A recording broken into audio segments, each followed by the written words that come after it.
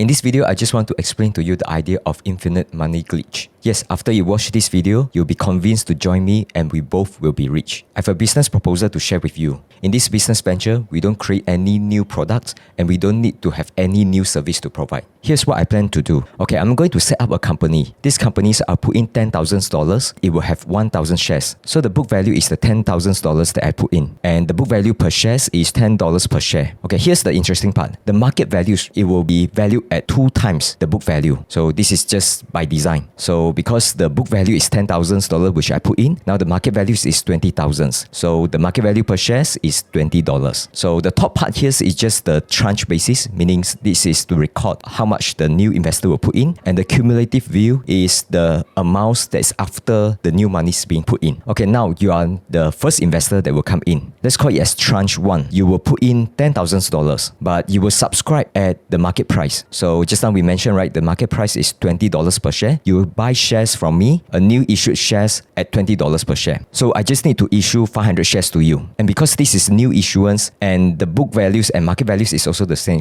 which is $20. So now let me explain what happened after your $10,000 being put into the company. So now the companies, we will have $20,000, $10,000 from you and $10,000 from me. And in terms of the total number of shares, it will increase to 1,500. The 500 is the ones that just issued to you. I still hold my 1,000 shares. In terms of the book value, it's quite simple. It's just the capital that we put in is $20,000. In terms of the book value per shares, we just take the $20,000 divided by 1,500 shares, which is $13.33 per share. So just like I mentioned, it will always be traded at 2 times the book value. So the market value is $40,000 now. If you divide by the number of shares, it is $26.67. Now you will notice that you actually buy the shares from me at $20 per share. After you bought it from me, actually the book values of your shares is only $13.33. So it seems that you have some small losses here, but it's fine because you understand how the game is played. Okay, so now what happened is that both of us will go out and then we will try to attract more investors that come in. And soon we will find second new investor that join us. Let's call it tranche 2. This person,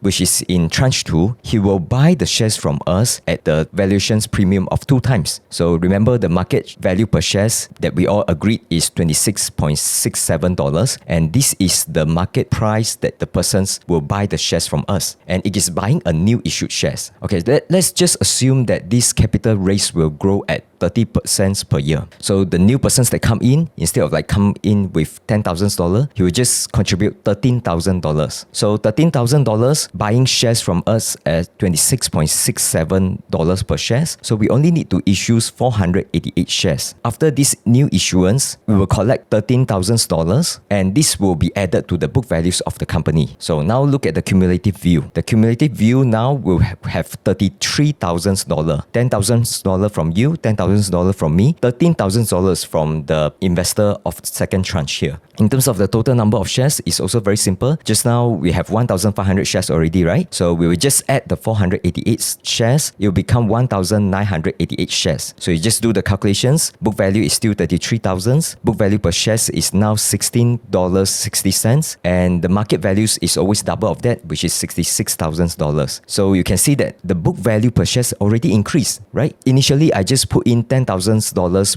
which give me $10 of book value per shares, and now it has already increased to $16.60. That's a returns to me and that's a returns to you. Okay, now we just have to continue doing this. Repeat again and again. We just assume that new equity issuance will be issued at a premium. So just assume like 2 times, and we will just keep on attracting new investor. So by the third tranche, right, you can see that the book value per shares is already increased to $20. So remember, you as the first tranche that come in, you're buying at $20 per share, right? So by the third tranche, in terms of the book values, you're already getting the $20. We are not stopping there, right? We are going to attract new investors that come in, and your book value per share will keep on going up. The second tranche or third tranche that came in, right? Although it seems that they are making some losses at the initial phase, but that's not a problem. As long as we can continue to do this, we have tranche 4, tranche 5, and continue to do this, you can see that the book value per share will keep on continue to go up. So that's the infinite money glitch that I want to share with you. We are all going to get rich by just keep on continue to do this. So that's the magic infinite money glitch that I just found out, and I hope that we can start doing this immediately, and just contact me if you want to get rich and want to do these things.